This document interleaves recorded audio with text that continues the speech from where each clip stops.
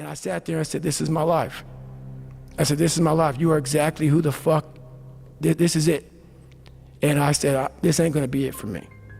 So in that restaurant, I quit my job, left my canister in that restaurant, my spray canister, got back in my Ecolab truck, and I went home. And I started working out like somebody, I became the most obsessed person on the planet Earth. And I was basically, I had to invent a guy that didn't exist. I had to invent a guy that can take any pain, any suffering, any kind of judgment, be called nigger, be called whatever the fuck in the world, and be able to stand in the fucking room and say, go fuck yourself. I had to build this callous mind, and I built it through suffering. I built it through downright fucking just crushing myself. If it was raining outside at 3 o'clock in the fucking morning, if it was snowing, the first instinct is don't go out there and do shit. My instinct was, we gotta fucking go out there. Anything that was fucking horrible in my life that I would normally say no, that was inhumane to most people, I had to go do it. And I started callousing my mind at this point in my life. And I lost the weight. I lost the weight and I went back to recruiter. I got into that class and I went through 3 Navy SEAL Hell Weeks in 1 year. Only guy to ever be in 3 Hell Weeks in 1 year, to my knowledge. The first one I didn't make it through, the next 2 I did. And that, I just didn't, I didn't stop anymore from there. And I started realizing through this process that the fucking mind is what you created. And I started opening different doors that I didn't think were even there, that I didn't think even existed. And the more doors I opened up, the more I started realizing that my potential is damn near endless. And it changed my whole mindset. So I went from David Goggins and I created Goggins. And that journey is a priceless journey that is hard for me to even explain to people because it sounds so quick and easy. Like I just lost this weight and I went through 3 Hell Weeks, I went to Ranger School, went to Delta Force Selection, whatever it is. It was brutal. It's a brutal journey every fucking day. And everybody goes, well, are you happy? If anybody knows my life story, and I'll try to give you just a snippet of it, where I'm at today is in front of Joe Rogan telling you my life. To get through where I became, to get through where I'm at now, there's nothing but pride I have for myself that I can't really show people. Because I have this face that they see like, are you happy? What's wrong with you? I'm driven, I'm obsessed. And that's what you see. That's it. I got my milkshake, put Rocky. I said, you know what? I was big time in Rocky and Platoon. Why Platoon? I love to see people who were getting beat down. And there's scenes. There's scenes that just drove me. And people in my Hell Weeks, you know, I was in 3 of them. They'd always hear me singing these songs, humming these songs in torturous situations. When everybody's quitting this fucking code, I would be somewhere gone. Somewhere fucking gone and somewhere fucking dark as shit. There's a scene in Platoon when Barnes shoots Elias and, you know, they think Elias is dead and the choppers are taking off and Charlie Sheen's asking, you know, Tom Berenger, where's Elias? Where's Elias? William Dafoe. Oh, I found him back there dead somewhere. And through the woods, the Viet Cong is chasing Elias through the woods and they're shooting him in his fucking back. And all he wants to do is get to the fucking chopper. He's getting shot in his back, he's getting up, he's getting shot in his back, he's getting up. And you see this guy just fighting. I love the fucking guy who just fucking fights.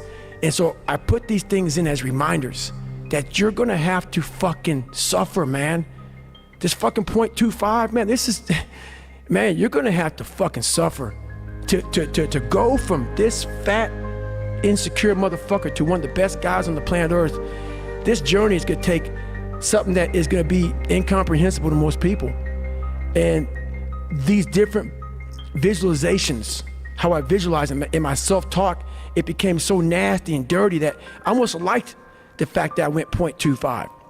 So it became from being defeated to like, man, all right, motherfucker, maybe tomorrow we can go 0.75. You know, it just became this different mindset. I turned negatives into positives. So I would take it like, who would even think about doing this? So I would sit on my couch saying, who at 297, who can't fucking swim that great, who's scared of the fucking water, would have the fucking balls?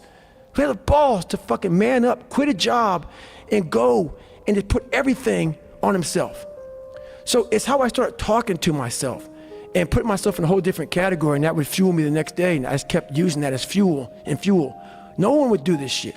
No one would do this shit. You're the baddest motherfucker around. You're the baddest motherfucker ever lived.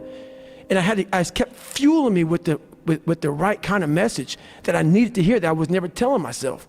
And through time, it became reality to myself. So you start out on the first day, and then do you start running again the second day? Yeah, the second day went right back after it again. But I started realizing I can't run that far. Right. So what I did was I became damn near a professional cyclist with the miles I put on the bike. So whenever I watched TV, I had to be doing something. So I was riding the bike. I rode a bike a lot to lose the first initial kind of weight because my bones were just hurting so bad. My body was just broken. And I learned to get over that also. And I tried to swim a lot. I wasn't a great swimmer, but putting fins on kind of equalized my body. I wasn't so negative buoyant. So I started finning a whole bunch. And I spent hours in the pool, trying to get more and more comfortable. Not because I was going underwater. I was so scared of the water that I had to live in the water. I had to become one with the water. So going to the pool used to scare me. So I went to the pool an awful lot. And then the bike got easier. I was able to run more. I went from like 1 mile. 1 mile was a great accomplishment. 2 miles, and then from 2 to 3 was a big one. Then I went from 3 to 6. And then like they have a warning order that they give people to get ready for buds. And the whole thing was running 6 miles 5 days a week. And that was my goal. And so I failed, I go back to scratch. I use some positive motivation. I have like one day where I'm like fucking defeated. But I started realizing this is part of the process. This is part of the journey. I had to realize this is part of my process versus just saying, like I used to, I'm just not good enough. If I'm not good enough, we always say that shit. I'm just not good enough, and then we try something else. I'm gonna fucking make myself good enough. And that became my mentality. I'm gonna make myself good enough. And so I'm misunderstood a lot, but that's all it came down to. I made myself good enough. And the days I couldn't run that far, the next week, I would do 2-a-days. So like on the running, if I ran a quarter of a mile, I wait a fucking couple hours, it'd haunt me, bother me. I try to run a half mile the next time, same day. You can do more than this. If I had to walk, I had to walk. It just became just a process of grinding, and grinding is not even a good word for it. It's not even a good word for it. And just going further and further. And then when I got through running, I go to the bike, I go to the pool. If I got tired somewhere, my legs were tired, I go to the gym. And I developed this crazy workout where I was doing volume, like 200-300 reps of like very lightweight. People always say, how come you don't have any like loose skin? My workout routine in the gym became sick. It became sick. I was just doing 200-300 reps, 400 reps on like chest, just like for one simple exercise, the bench press. And I would rack it, get back on it, just rep it out, trying to burn as many calories as I can, build that muscle mass. And I just became obsessed with it. Weak people hear this soft kid, oh my God, he must be miserable. Oh my God, what the hell's wrong with him? You're missing the fucking story. You're not listening to the story, man. Look what I overcame. If that doesn't put some badge of honor tattooed in your fucking brain for the rest of your life, you can die today talking to Joe Rogan, you're missing the story, man. Am I happy? What the fuck do you think? Don't misunderstand the passion in which I speak for not being intensely happy. Happiest person in the world. But I'm not done. So I'm not gonna speak to you like, oh man, everything is great. No, I have a lot more shit to do. A lot more shit to do. And like there's a quote that was said, I don't know who said it, but it was a great quote. This guy said, going into combat, going into war, out of the 100 men that go into war, 10 shouldn't even fucking be there. 80 of them are just targets. 10 do most of, or 9 do most of the fighting. 1 is a warrior. And it's a true quote to life. I saw it going through training, I saw it everywhere I went.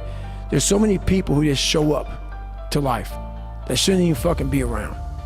And there's a few people who do all the work. I wanted to be part of that 9, and I'm working towards being that 1. And that's just how I live my life. Now, what are you doing with your life these days? Right now, I keep the same, I'm very routine. I get up every morning, I run, I go to the gym, and then at nighttime I stretch out. I am just trying to develop a business, costing me a lot of money trying to do that. I'm just getting out. I'm an introvert. So I never want to get on social media. I'm not big on that. I'm big on being with yourself. I believe all these fucking cameras and phones and shit, it takes you away from the most powerful thing in the world, which is your fucking mind. So I try hard to continue to grow that. I'm trying to break a record again. I'm trying to cross Death Valley as fast as possible, top of Mount Whitney. And I'm constantly trying to put goals in front of me, but the biggest thing is I'm trying to find more of myself. And the only way I can find more is to silence the world out as much as I can, because it's getting busier every day. It's getting faster.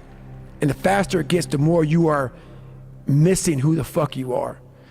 So I trap my own mind a lot and say, look, man, I put my phone away, I put shit away, and I go dark. I go dark a lot, and it's because I have to find out, I'm on a journey of life, and we all have a different journey. And I want to be in my fucking pine box, and I believe your spirit lives forever. It has to. It's too fucking powerful. No way in hell that thing just dies when you die. I want to be able to look back on my life when I'm all dead and be so fucking proud of myself forever. This is all temporary shit to me. I want to be forever proud of who I was as a man and change who I used to be. The liar, the insecure guy, the guy who can, whatever. I want to be proud. If I die now, if I die at 80, if I die at 90, 100, I want to look at myself and say, proud of myself.